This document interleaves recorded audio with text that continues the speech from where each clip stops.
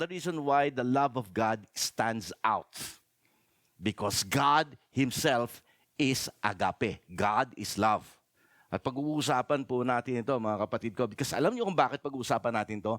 Although alam natin ito bilang mga mananampalataya, but this is the most misunderstood topic, okay, especially if you're a Christian.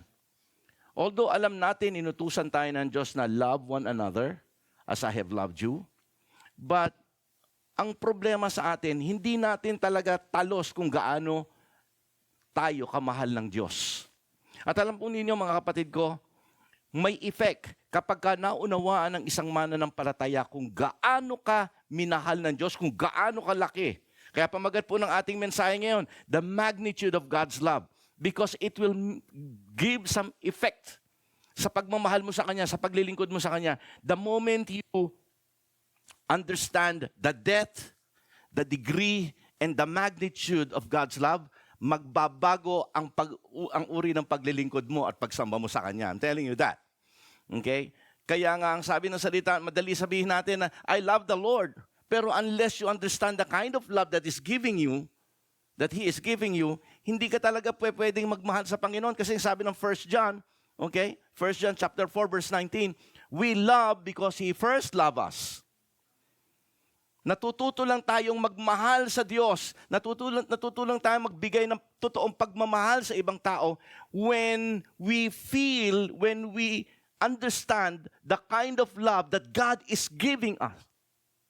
Kung naintindihan mo kung gaano Kanya kamahal, ibang klase pagka naglingkod ka sa Kanya. Kapag ka naunawaan mo yung lalim ng Kanyang pagmamahal sa iyo, yung lawak ng Kanyang pagmamahal sa iyo. Okay? Now, 1 John chapter 4 verse 19 is a word of God coming through Apostle John. Now, hindi ito ang ating teksto. Pero ang teksto natin, bababa lang tayo ng konti dahil ito ay verse 19. Ang babasahin natin ay verse 9 at verse 10. Ito po ang sinasabi ng salita ng Diyos. Ito ang ating scriptural text na pag-uusapan po natin ngayon. In this, the love of God was made manifest among us, that God sent His only Son into the world so that we might live through Him.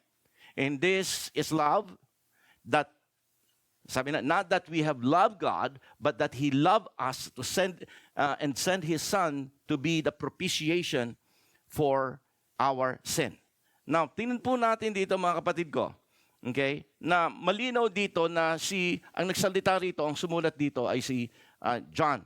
Before I move on at pag-usapan natin itong kanyang itinuturo na ito, pag-usapan mo muna natin si John. Kasi po, if you are, kumbaga, a reader of the New Testament, makikita niyo yung paglago ni John. Hindi kagad siya nakapagturo ng love. Okay? Pero kung sa Biblia, if there is an authority that we have to listen to about love, it's John. Pero hindi po siya, ang kagandahan kay John, if you will carefully study the Bible, the New Testament in particular, you can see the slow growth of John. From John, the son of thunder, to John, the apostle of love. Alright? Doon natin makikita yan. Gusto ko malaman natin dito mga kapatid ko na as we watch him grow, we can see his transformation, we can see his changes, and the only reason why he was able to grow maturely, to become an effective apostle of God, is because he was able to come to the point to understand the depth of the love of God for him. Okay? Nung araw, kung makikita po natin, just to give you an example, in Luke chapter 9, inutusan ni Jesus Christ yung kanyang mga apostol na mauna doon sa Jerusalem dahil si Jesus Christ was about to die on the cross. So pinauna niya yung kanyang mga disipulo at sila ay dumaan doon sa village ng Samaritan. Alam po ninyo, bago kayo pumunta, galing sila sa north, okay, bago kayo makapunta, nasa southern part yung Jerusalem, pero bago kayo makalusot doon sa Jerusalem, it's either kayo po ay iikot, which yun ang madalas na ginagawa ng mga Hudyo, iniikutan nila sapagkat ayaw nilang pumasok doon sa sa village ng mga Samaritan dahil meron nga silang, galit sila sa mga Samaritano dahil mga half-breed na mga Jew ito, na sila ay sumasamba sa ibang Diyos. Kaya galit ang mga purong Hudyo rito. But at this point in time, si Jesus Christ decided to penetrate, to go through, dahil that's the fastest way. Hindi na sila liliko. So, they went through, at lo and behold, nung sila ay naglalakad doon, hindi sila tinanggap ng mga tao, parang inisnab silang lahat doon. So, naramdaman ito ni James at ni John. Alam niyo naman yung magkapatid, the sons of thunder. Ito ang sabi nila ngayon. Okay? Luke chapter 9, verse 54. When the disciples, James and John, saw this, they asked, Lord, do you want us to call fire from heaven to destroy them? Nakita nyo, talking about talaga mainitin ang ulo. Lord, padala na. Gusto mo magpadala kami ng kidlat? Okay? At sunugin tong mga taong ito dahil di naman ginagawa sa atin. So mainitin ang ulo. Okay? Now, you can just see that at this point in time, si John po was on fire. He was bold. He was passionate. He was zealous for God. But there's something missing. Okay?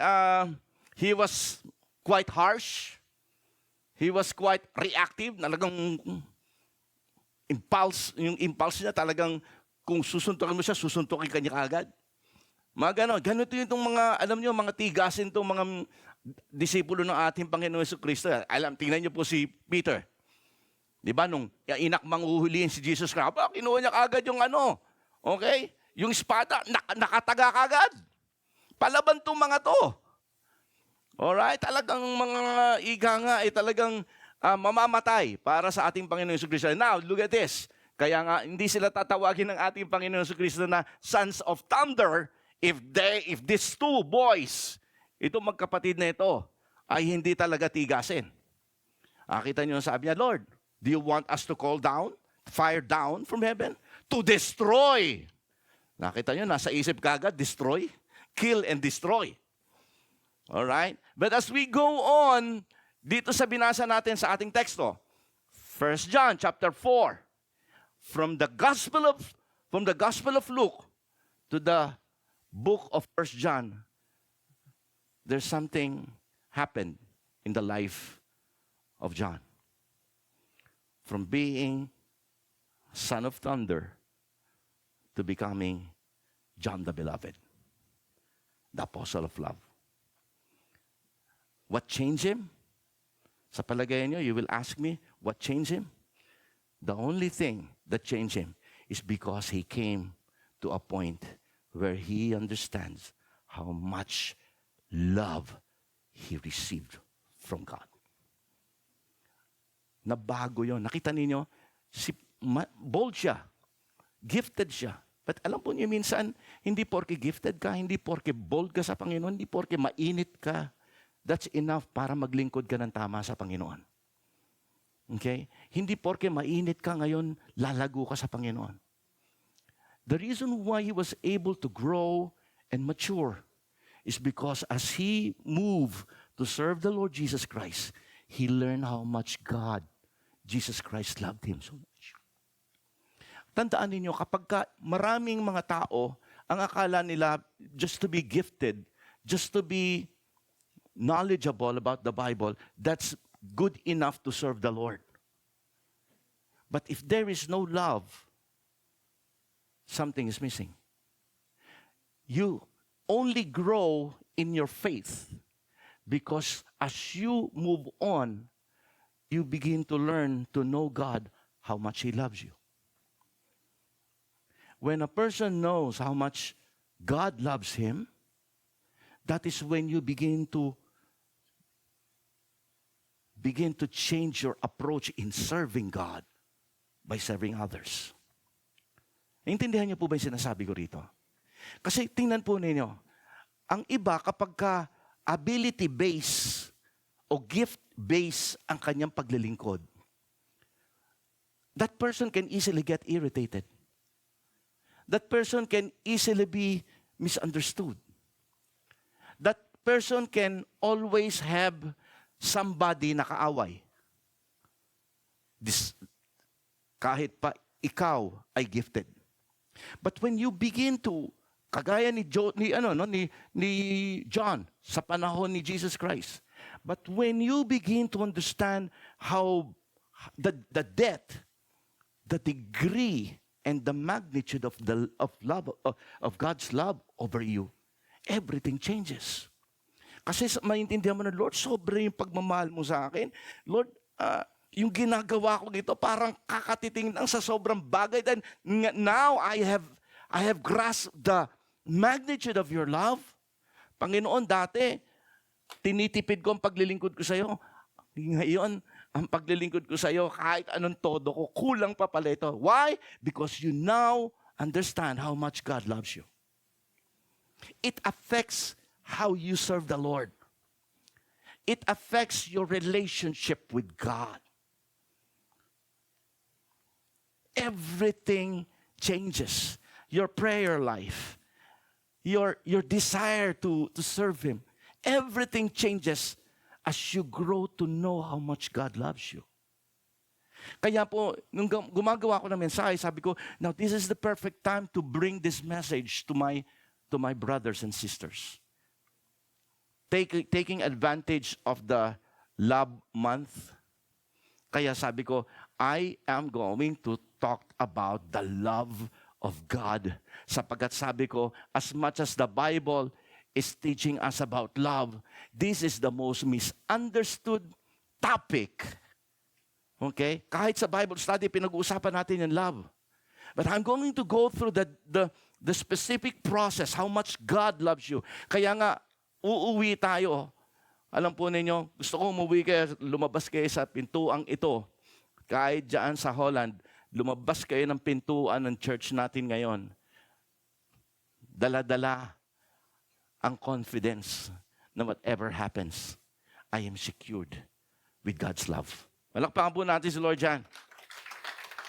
So, kita po natin itong ating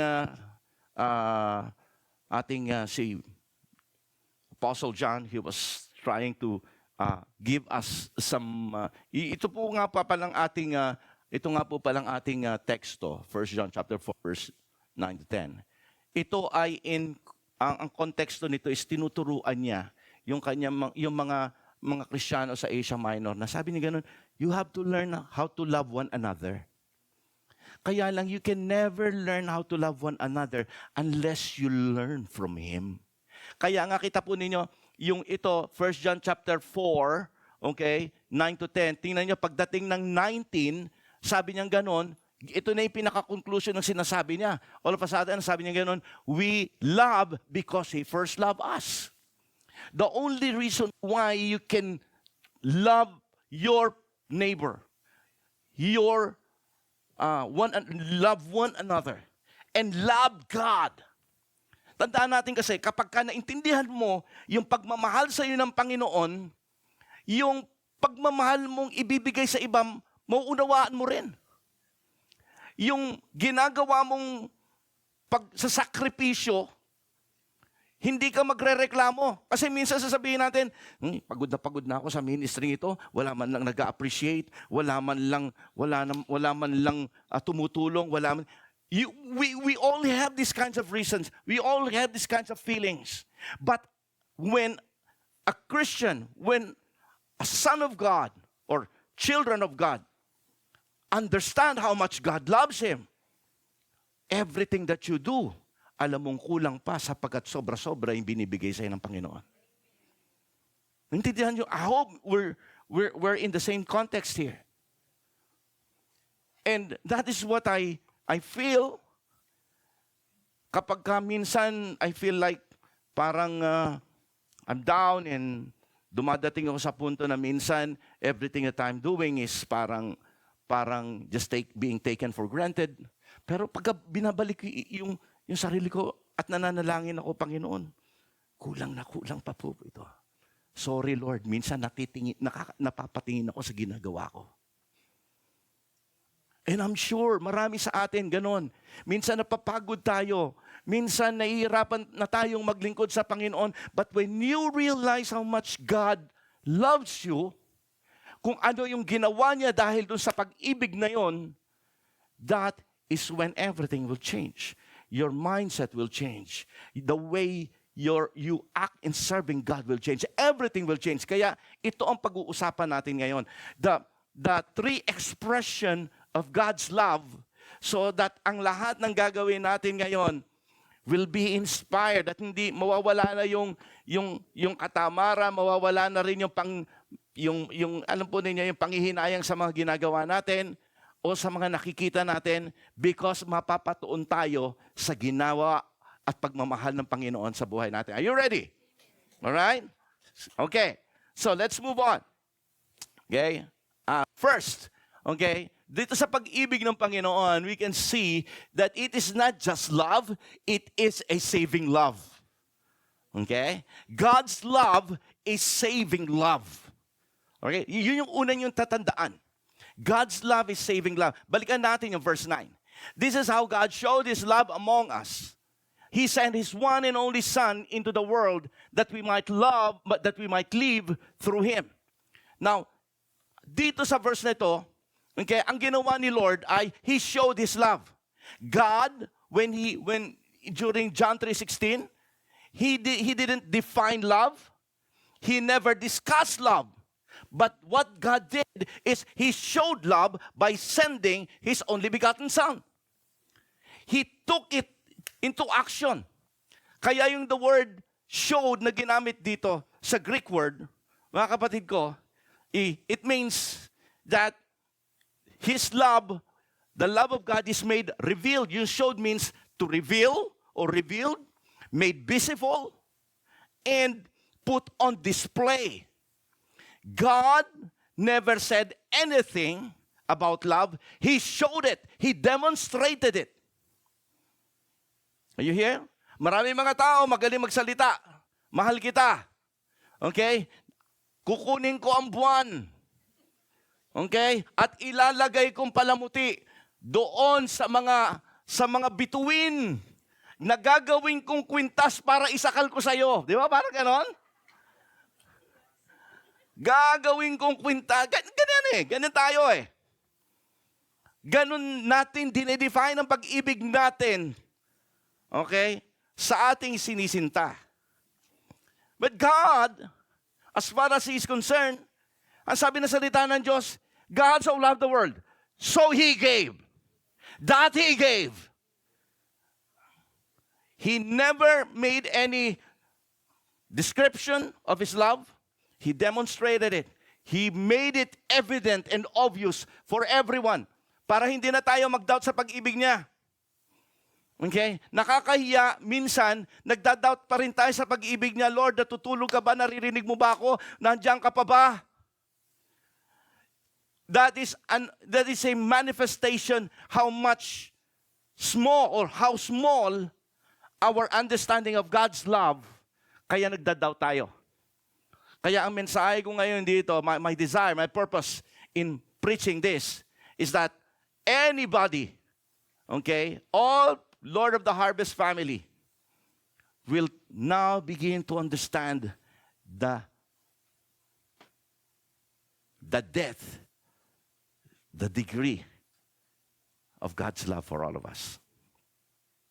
So makita po natin, okay, tayo po ay minahal ng Diyos, ipinakita niya to sa gawa. Hindi sa panahon na ikaw ay, hindi sa panahon na ikaw ay, kagaya nga sinabi sa inyo, hindi sa panahon na tayo ay malakas, masaya.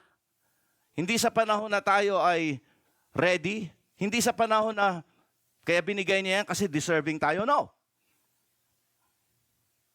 The reason why He came here is because God saw that we are lost. When we needed Him. When we are crying out for help. When we were bound going to hell. God gave His Son for you and for me. At the one thing that I like about this verse is that He didn't just demonstrated His love. Sabi ng salita ng Diyos dito, the reason why He gave Jesus, His one and only Son, is because everybody, anyone who believes in Jesus, that we all of them might live. Okay? Might live. Everybody might live. Bakit? Kasi alam po ninyo, bago dumating ang ating Panginoon Kristo, gusto kong makita natin yung kalagayan. Kasi ngayon, hindi na natin masyadong na-appreciate yung ginawa ng Panginoon sa atin. My desire to this message is that makita natin ano tayo kung hindi darating si Lord. Kung hindi niya tayo inibig, ano ang kalagayan natin? Kung hindi umibig ang Diyos sa atin, saan tayo pupulutin? Etong kalagayan natin, mga kapatid ko, the way God looks at us, ang sabi ng salita ng Diyos, we were in sin. Amen? We were sinners. Ito ang sabi ng salita ng Diyos, Matthew chapter 5 verse 8. While we were still sinners, Christ died for us. Ang kalagayan natin ay sinners. Now, pagka sinabing sinners, hindi ibig sabihin nun that we are doing sin. As far as the Bible is concerned, as far as God is concerned, kapag sinabing that person is a sinner, ibig sabihin that person is dead in sin. Dead in sin and separated from God. Without God, we are all dead. Because we are dead in sin. Okay? So, ibig sabihin nun, if we are dead in sin, ano nagagawa ng isang taong patay? We cannot fix ourselves. We cannot rescue ourselves. We cannot help out ourselves. Because we are dead in sin. Nobody can say na kaya ko pumunta ng langit sa pamamagitan ng galing ko. No. Nobody.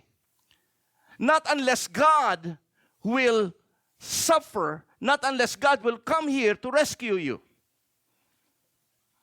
Kung hindi tayo minahal ng Panginoon, what brings Jesus? What brings God the Father?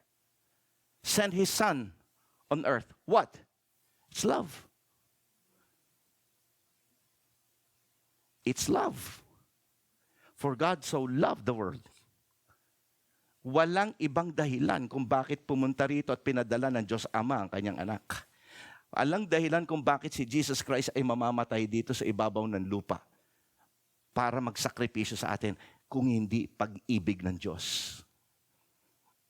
Kung hindi tayo inibig ng Diyos at kung hindi mo babaliwalain to ng marami mga tao na tumanggap ng kanyang pag-ibig, sabihin ko po sa inyo, so service lang, na love lang ang ibibigay mo sa Panginoon because you truly cannot grasp how big the love of God is that He rendered us. Gusto ko makita natin dito mga kapatid ko. Okay? Ako po, habang nung naunawaan ko itong bagay na ito, napahiya ako sa Panginoon eh. I was ashamed because I thought na I'm doing good for the glory of God. But I realized na, Lord, kulang po pala. Sapagkat naging napakabuti mo sa buhay ko. Kung hindi mo ako minahal, Panginoon, saan ang buhay ko? Everything that we do here is nonsense. Everything is in vain. But thank God, because God loves us, everything about us has now a purpose. Gusto ko makita natin dito mga kapatid ko, kahit marami tayong pera, even if you say you're successful, apart from God, we are nothing. And we can do nothing. Sabi ng salita ng Diyos dito, balikan natin, okay, yung sinabi niya, He sent Jesus Christ came here so that we might live. You and I were dead, that we might live. Jesus Christ doesn't have to come here. Tama po ba? Una sa lahat, we were sinners. Sabi natin sa binasa natin kanina. We were rebellious. We were disobedient, ang sabi ng Matthew chapter 6 to chapter 9. Chapter 4, verse 6 to 9. We were enemies of God, ang sabi ng verse 8. Chapter 4 ng Romans. I mean, nasa sa atin ang lahat, nakataligod tayo kay Lord. We don't even search, we're not even searching for Him. But while we are not searching for Him, God searched for us. He sought us. While we are not reaching out for Him, God reached down for us. Friends, that's love. We don't deserve that love, kaya nga may grace tayo. We don't deserve that love, but God loves us anyway.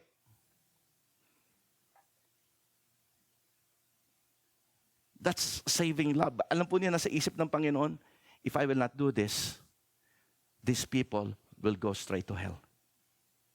If I will not reach down to them, if I will not die for them, if I will, sabi ng Father God, if I will not send my Son, these people are already dead. Kaya nung wala ang Panginoon at hindi niya tayo sinisave pa, ang kalagayan natin, tayo ay mga zombies. We are living dead.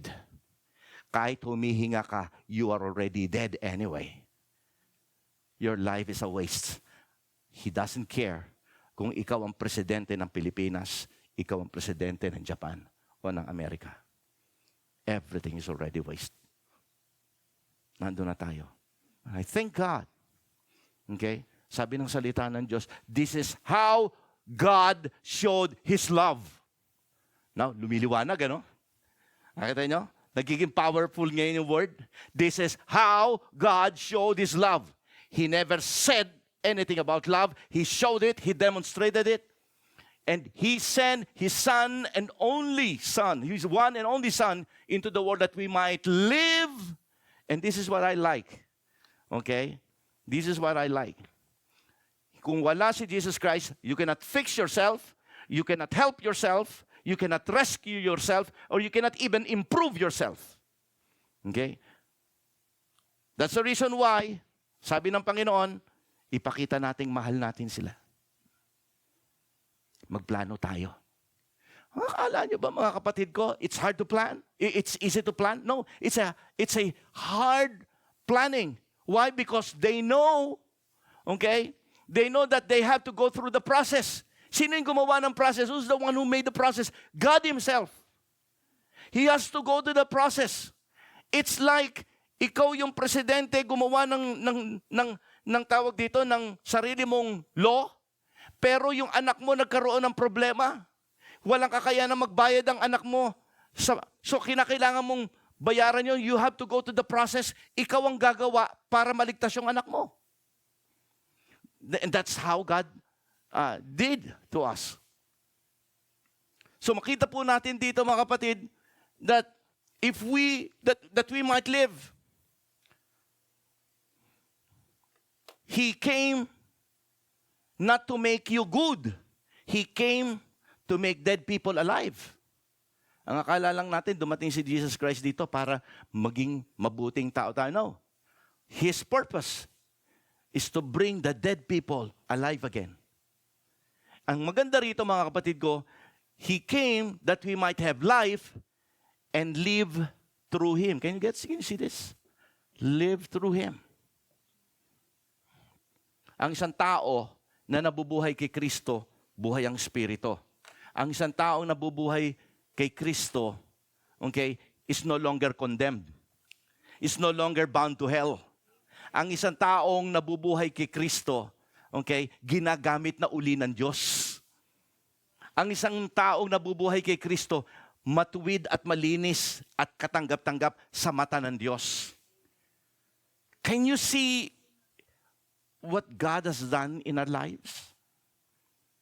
Now that John, is explaining about the love of God. I'm telling you, alam na alam ni John kung gaano kalaki ang pag-ibig ng Diyos. He is an authority with that. This is how God showed His love among us. And I just want you to understand that this is love. Okay? He never sent, sabi tingnan niyo, He sent His Son. He never sent a prophet. He never sent an angel. What He sent is a Son. The second person of Godhead. That is what the Father God sent. Si Jesus Christ nag-agree. Okay? And alam ni Jesus Christ what will cost Him. Ulitin ko, hindi niya kinakailangan pumunta rito. Well, He was in a perfect world. He was in heaven. everybody obeys, everybody in His command. There's no darkness. Everything is cool. Okay? Walang body odor. Walang pagod. He never felt any tiredness and fatigue. He shouldn't be coming here, magkatawang tao, tumira sa tiyan ng kanya, ni Maria ng 9 na buwan, okay, at mamuhay ng isang payak na hindi naman masaganang pamumuhay. But he has to go through those things. What? And why? Because of love. Everything is all because of love. Kaya nga sabi ko sa inyo, I'm going to talk about the greatest love of all. And every Christian should understand na pwede naman sabihin ng Lord, wag na lang kaya kasi tingnan nyo, enemy, rebellious sa atin, disobedient sa atin, sinners. Wag na natin, pwede naman sabihin ng Diyos, okay, erase na lahat yan. Gagawa tayo ng bagong henerasyon, bagong mga tao. Pwede ba yun? Pwede? Pwede, di ba? Oh, Joshua, nothing is above him. Pwede niya gawin yon. Pero bakit niya ginawa yon? Sapagkat sa tuwing titingnan niya tayo, ang nararamdaman niya ay pag-ibig. Sa tuwing titingnan kanya, kaya kung ikaw ay umiiyak at nahihirapan, at nagtatanong, kung nagda-doubt ka pa sa pag-ibig ng Panginoon, isang bagay na sasabihin ko sa iyo. Okay? Balik-balikan mo. Mas pinili ka niya, hindi ka niya binura. Mas ninais niyang mapako siya sa krus kaysa burahin ka niya. Why?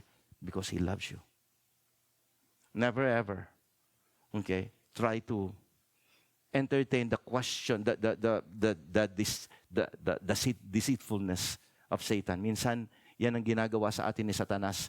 Binibigyan niya tayo ng mga doubts na hindi ka naman talaga mahal ng Diyos. Hindi ikaw yung taong dapat mahalin ng Diyos. No. Every single person listening to this sermon, ikaw ang dahilan kung bakit namatay ang Panginoon sa atin. At ang nais niya ay iligtas ka. That is God's saving love. Amen? Gusto ko makita natin dito, mga kapatid ko, that by sending His Son, it only shows that, anak, you are worth dying for. You are that precious to me. By sending His Son. Okay? By just sending His Son. Now, I just don't want you to listen to me and take my message as a whole. I want you to take my message as an individual, as a single person right now. Saying na, God, kausapin mo ako sa mensaheng ito. Huwag mong isama yung katabi mo. Okay? It's you and God. Sapagkat I'm just trying to explain to you kung gaano kami minahal ni Lord. How much God loves you. At natandaan mo, ang pag-ibig ng Panginoon, it never changes. Okay? Gusto ko malaman natin dito, mga kapatid ko, if God sent His only begotten Son to die for you, what's that action does for you? It means that you are worth dying for, that God loves you so much, that you are worth pursuing. Imagine that. You're not pursuing God, you're not reaching out for God, but He reached down for you. You're not saying, Lord, bati na tayo, but here comes God, sabing, bati na tayo. He was the one who first laid the hand and say, magkasundo na tayo. You see, if that's not love, I don't know what it is. Ulitin ko, wala tayo sa poder at sa posisyon na magmalaki sa Lord. Dahil kaya niya tayong burahin. Pero dahil sa pag-ibig, hindi niya ginawa yan. Now, talking about the second expression of the love of God. So the first expression is the saving love of God. And there's a second expression, is the forgiving love of God. God's forgiving love. Okay? Now, let's look at verse 10. This is love. Once again, look at this. Kanina, sinabi niya sa verse 9, this is love. Now, sa verse 10, this is love. Not that we love God, but as He, tingnan po ninyo, that as He loved us and sent His Son as an atoning sacrifice for His sin. This time around, medyo may binago na words dito si John. Because meron siyang gustong ipaalam sa mga hearers niya, sa mga readers niya rito. Okay? Kung ang salvation brings life, dahil i-rescue ka ng Panginoon, dahil papunta na tayo na impyerno, remember? Now, forgiveness removes the guilt. Okay? Kasi minsan, ang problema sa una, papunta tayo sa impyerno. Pero ang pangalawa, yung forgiveness, minsan hindi tayo makaharap sa tao dahil parang meron pa tayong nandyan sa loob natin. And God is now saying, look, sabi niya ganon, huwag ka nang mag-isip pa ng anong bagay dyan sa sarili mo, huwag ka nang mag-guilty. Okay? Sapagkat, look, kaya niya ipinadala si Jesus Christ. Jesus Christ came here not only to save you, but to be an atoning sacrifice. The word atoning means payment. Okay? Because noong noon, okay, kapag ka meron kang kasalanan, okay, parang meron kang pagkukulang o pagkakautang. Okay? At may utang tayo na hindi natin kayang bayaran. Kaya tayong lahat ay papunta sa impyerno. Meron tayong kasalanan. Meron tayong pagkakautang sa Diyos. Now, here comes Jesus Christ to pay in our behalf. Andiyan po ba kayo, mga anak ng Diyos? Yun yung atonement. Wala tayong kakayanang magbayad nun, pero ito, dumating si Jesus Christ, dalada niya ng lahat ng pambayad. At tandaan ninyo, you cannot do anything about it. Sobra-sobrang pambayad. Ang sabi ng salita ng Diyos, the atoning or the payment, it means that pagka sinabing atoning sacrifice, ibig sabihin po niyan, the debt has been satisfied. Ibig sabihin, walang kulang, walang pagkakamali, lahat ng pagkakautang natin, Jesus Christ became the atoning sacrifice. Lahat ay nabayaran. Your past sins, your present struggles, and even your future problems. Sabi ng salita ng Diyos, ito ay sakop ng ginawa na pambayad ng Diyos sa ating buhay. Wow! Forgiveness. Now, let me give you a very powerful word. God forgives us, right? He came to forgive us. That atoning sacrifice is so vast. Sabi ko nga po sa inyo that it can forgive your past, your present, and your future. Okay? Hindi na kinakailangan pang magduda ka dahil sobra-sobra yung dalang pambayad ng ating Panginoon. He gave His life for all of us. Because of love. Now, kaya ka na niyang patawarin kahit na anong mangyari sa buhay mo. Okay? Andiyan ba kayo? Kaya ka niyang patawarin. At ito maganda sa Diyos. God doesn't just forgive. He loves to forgive. Okay? Of course, inutusan tayo ng Lord, forgive as the Lord as I forgive. Meron tayong utos na ganon. Pero si Lord, hindi lang siya nagpo-forgive, He loves to forgive. Tingnan niyo yung 1 John 1:9. Paborito ni Glo yan. 1 John 1:9. If we confess our sin, He is faithful and just to forgive us and to cleanse us from all unrighteousness. Can you repeat after me? All. All. All. Nakita niyo? Na ibig sabihin nito, mga kapatid ko, hindi ito one-time na forgiveness. Every time you cry out for God's for God's a grace of forgiveness. Every time you cry out for God, God has always the love to forgive you. Hindi siya magdadalawang isip, hindi siya magdadalawang maghihintay. No? Who among you loves to forgive? You love to forgive? Oh. Okay? Hindi ko sinasabing who among you will forgive.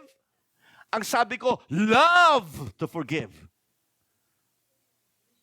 Okay? Wala pa ako nakakitang tao who loves to forgive eh. Alam mo niyo kung bakit? Because as a person, as a normal and ordinary human being, we forgive, why not? Particularly if you're a Christian. But to love to forgive, it's difficult. You know why? First, when we forgive, we put limitations. Okay, I'll forgive. Kaya lang, pangatlo na to. This is the third and the last forgiveness, ha? Ayoko nang ulitin to. Pagka umulit ka pa nito, wala na. Putol na ang natin, relasyon natin. Tama? We put limitation. Sometimes we put condition. I will forgive you if. O, di ba? Kaya, hindi natin pwedeng sabihin, we love to forgive. To love to forgive is, yung nga lang isang tao na minsan lang nagkasala sa atin, minsan, hindi ko na siya mapapatawad hanggang sa aking kamatayan. Di ba? Punong-puno tayo ng hugot dyan. And I'm telling you, my friends, isang bagay lang gusto ko maunawaan natin. Ang Diyos ay, He loves to forgive. And hindi ko alam kung kanina ko pa tinatanong doon sa Gunma, ano ba sa Taga? How can we put that in Tagalog? God loves to forgive. Okay? Mahal siyang magpatawad, ganon? Ayan, ako pati kayo dyan sa Holland, mamproblema kayo ngayon. Okay? Gusto ko maunawaan natin, the reason why I said He loves to forgive, you know why? Because regardless of the degree of your sin, and whenever someone cry out for forgiveness, God is always ready and prepared to forgive you. That is what I am talking about. Kahit gaano kalaki yan, walang kondisyon, walang limitasyon, walang if, walang buts. Okay? Kahit kailan ka, kahit alauna ka ng madaling araw, humingi ka ng patawad, nandyan siya. Patatawarin ka niya. Hindi siya magdadalawang salita. Always ready. He loves to forgive. Even those sins, those hidden sins, those repeated sins, those embarrassing sins, all of those sins will be forgiven.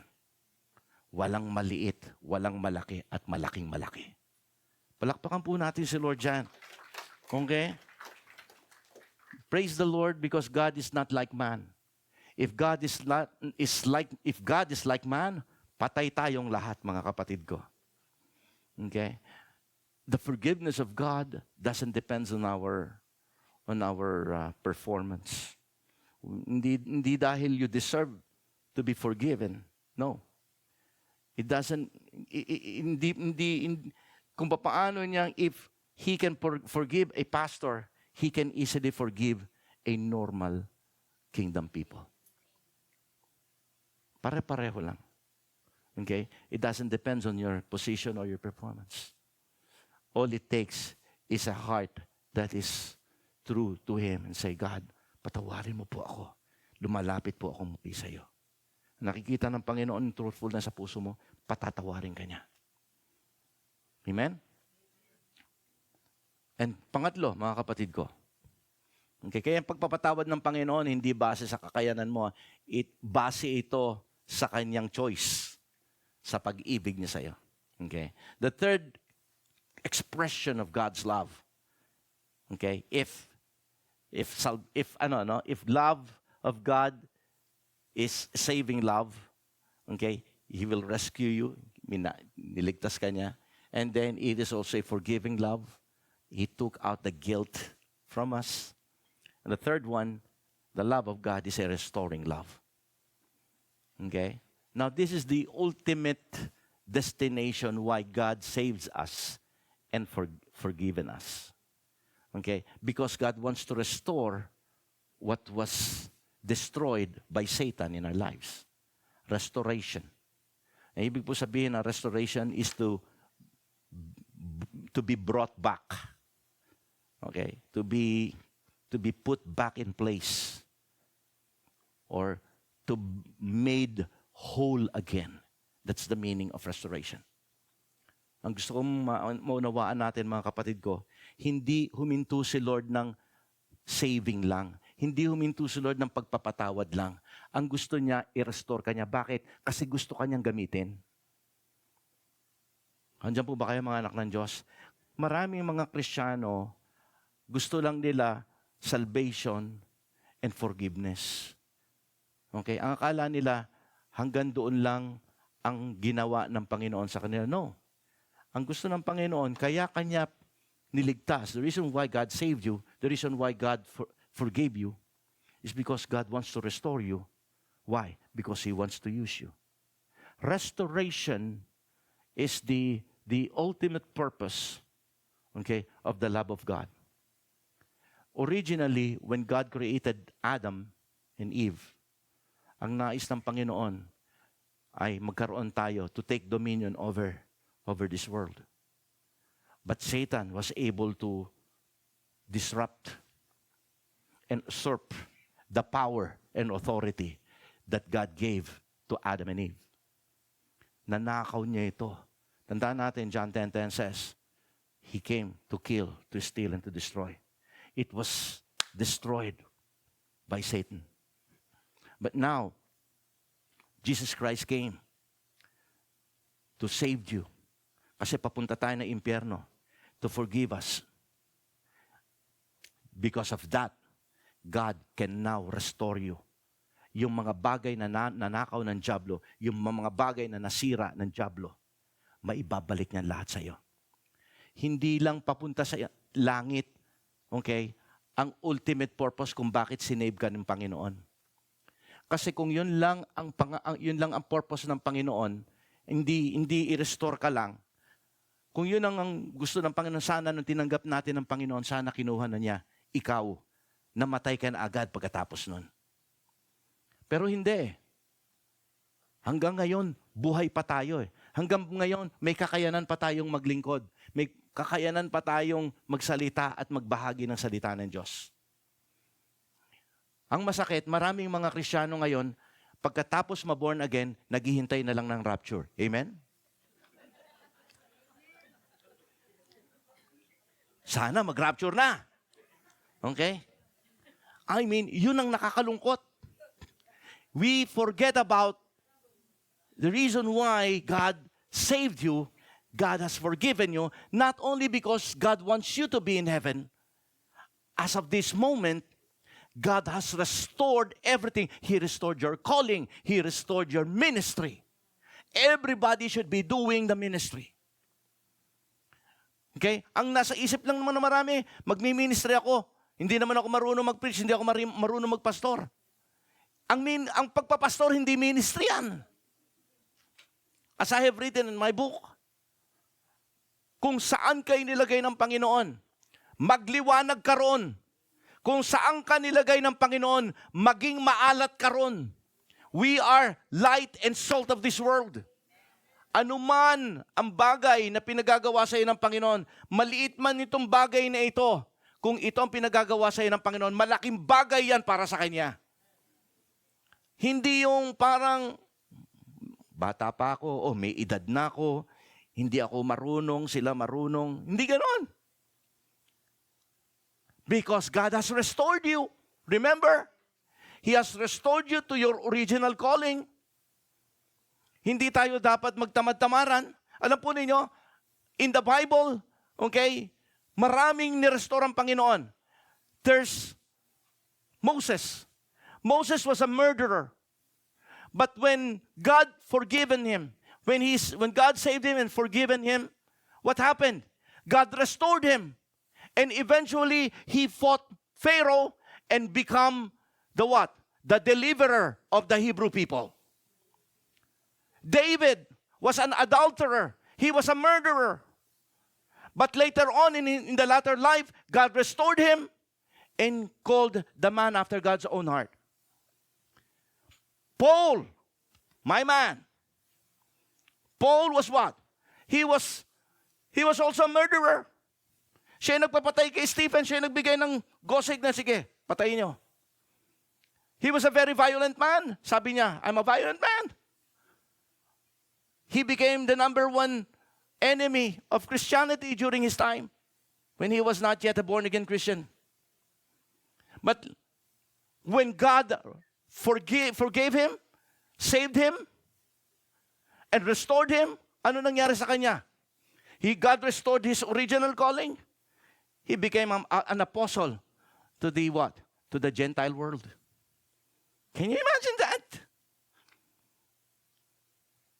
At itong mga taong ito, Moses, David, Paul, their problems, their sin were not minor sins. These are public and big, integrity-destroying sins. Mabibigat ito. But God was able to use them anyway. Tayo pa kaya na mas maliit lang ang kasalanan compare sa mga taong ito? Sino rito ang nakapatay na? Sino mamamatay tao rito? Mamamatay ipis at mamamatay lamok, marami rito. Kasama na ako ron. But I mean, look at this. These people was forgiven. These people were restored. And then later on, they were used mightily by God. Ikaw, sabihin mo sa katabi mo, ikaw gagamitin ka ng Lord. Ikaw, sabihin mo, ikaw.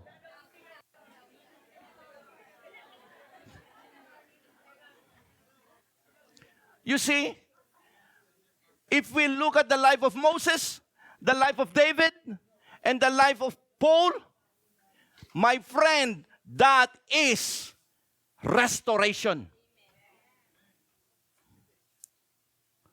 So maaaring sabihin mo sa iyong sarili, paano ako ma-restore? Pastor, I have broken my marriage.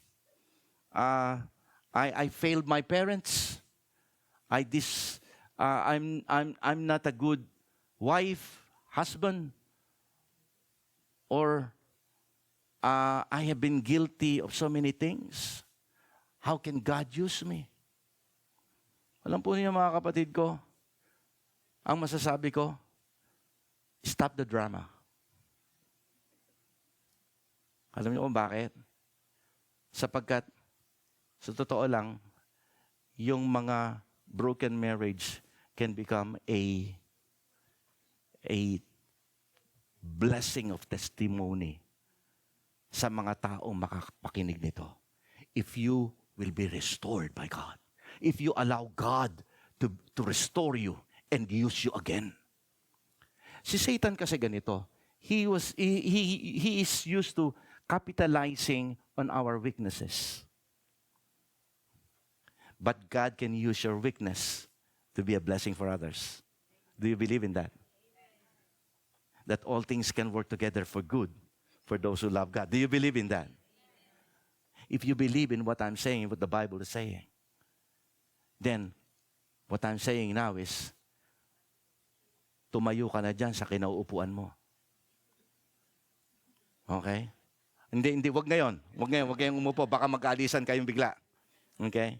What I'm saying here is, when you feel like you have done a worse experience in your life, don't allow that worst experience to be the last chapter of your life. Never. Okay? Because restoration means bad experience can turn into blessing. You see? Do not allow bad experience to destroy you. At gusto yung maunawaan ninyo, kapag ang isang tao ay humingi ng kapatawaran, dito na ako magtatapos. Kapag ang isang tao ay humingi ng kapatawaran, ano yung ginagawa ng Panginoon?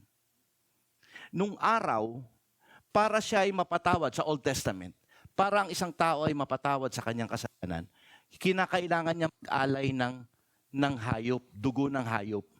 At alam niyo po bang ginagawa ng dugo ng hayop?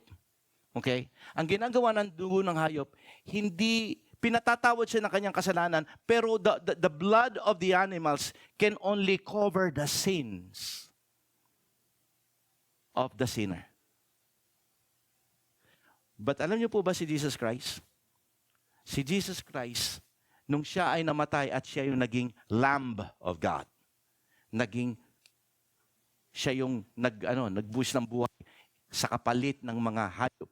Okay? He does not only cover our sin, He removed our sin. Iyon ang ginawa ng dugo ni Kristo. Sabi ng book of Hebrews, chapter 10, 5 and 7.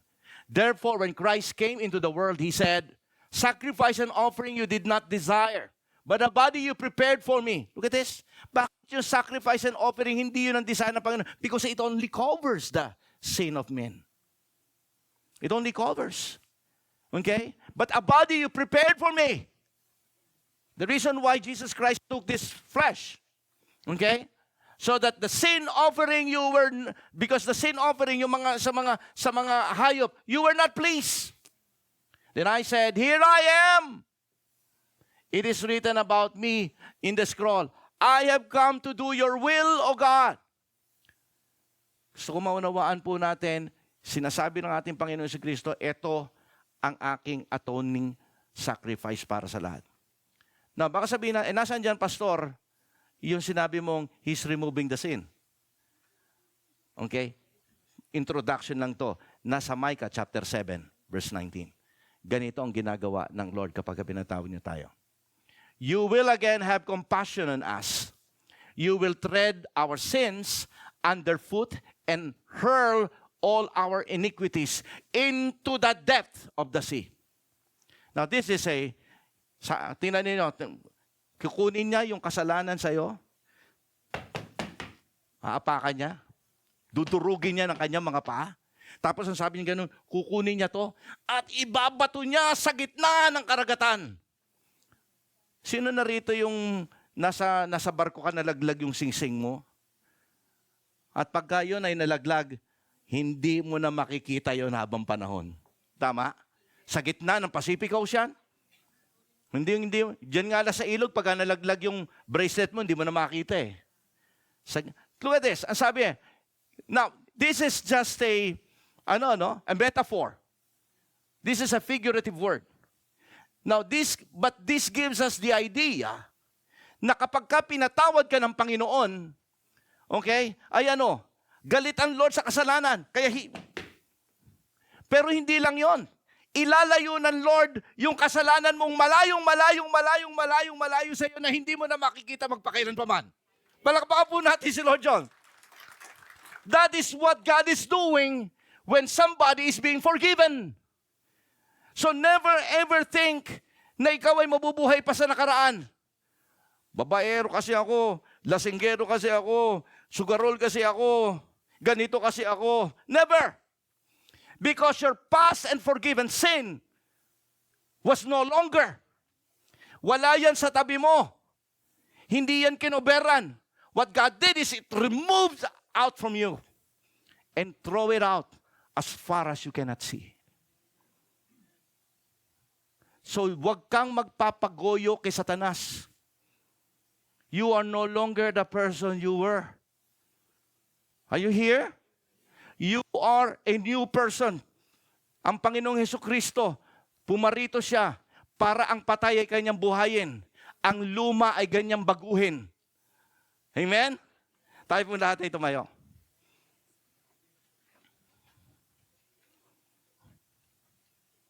Friends, stop identifying yourself by your failure, by your past. Don't stop identifying yourself. If you think that you have received the love of God, it means that God has forgiven you. God has saved you. And God has restored you. Sobra-sobra yung pag-ibig ng Panginoon sa atin. So, ang iba sa atin dito, kung nagda-doubt ka pa sa pag-ibig ng Panginoon, think again kung anong ginawa ng Diyos sa'yo. Yung iba sa atin dito, nanghihinayang sa mga ginagawa natin, sa paglilingkod natin sa Panginoon. Nanghihinayang sa mga ibinibigay natin para sa Kanya. Think again. Ulitin ko.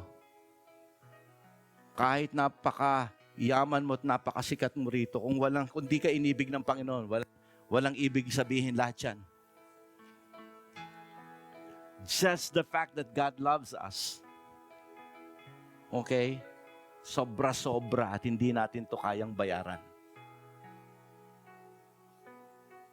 Gusto ko makita natin dito bilang mga anak ng Diyos. Through God's restoration, God has given you a new direction. Let us all close our eyes. Let us now look upon our hearts. Alam ko sa atin dito minsan we nilalaro tayo ng kaaway. We entertain those Satan's divisiveness. Sometimes we are being deceived that God doesn't care. Sometimes we get afraid of our future. Sometimes we doubt of His promise and love.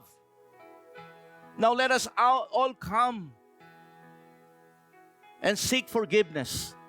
God, patawarin niyo po kami, Panginoon, if once in a while we come to a point that, Lord, we doubt your love, we doubt your promises.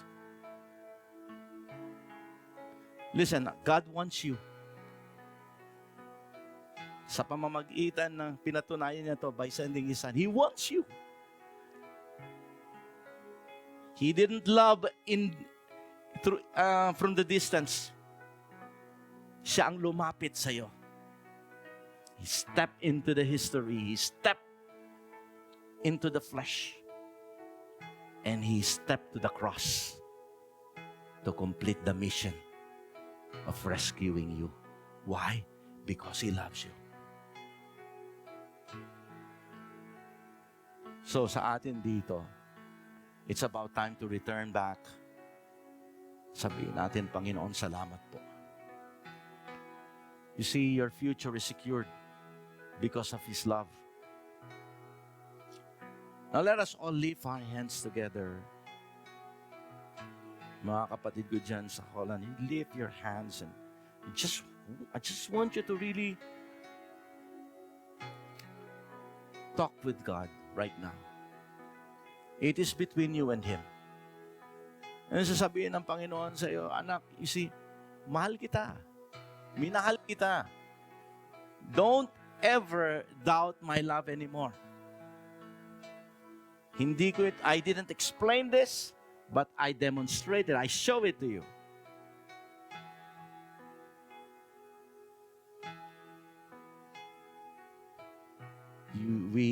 We do not deserve His love, but He loved us anyway.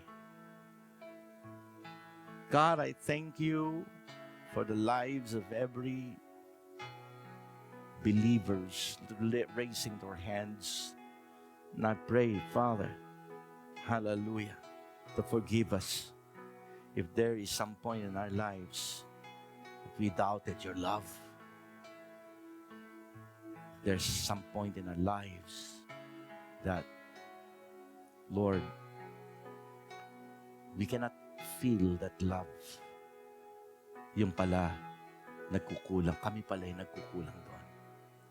Lord, today, as we, Lord God, prepare to finish this Sunday worship, Lord, hayaan mo, Panginoon, magkaroon kami.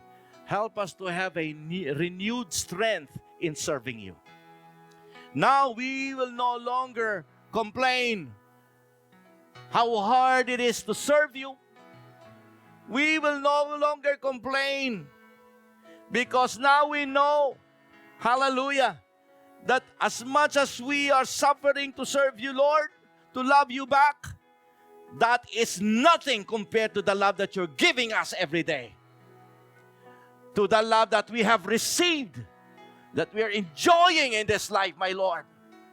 Hayaan mo, Panginoon, na parati namin ikumpara yung pag-ibig na yan sa pag-ibig namin sa iyo. At parati mo kaming i-remind, kagaya ng sinabi ni John, na natututo lang naman kaming umibig dahil ikaw ang umiibig sa amin. We can only generate love because you are giving us power of love. Hallelujah. Today, Father, bless each and every person lifting their hands.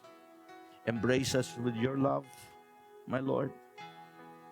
A love that saves, a love that forgives, and a love that restores. Dear God, yes, Lord, we will now stop hiding. We will start serving. We will submit our future to you, wholly, Lord. Not partially, but wholly. To you, the glory and honor and praises. In Jesus' name. Amen. Palakpakan po natin si Lord. Hallelujah.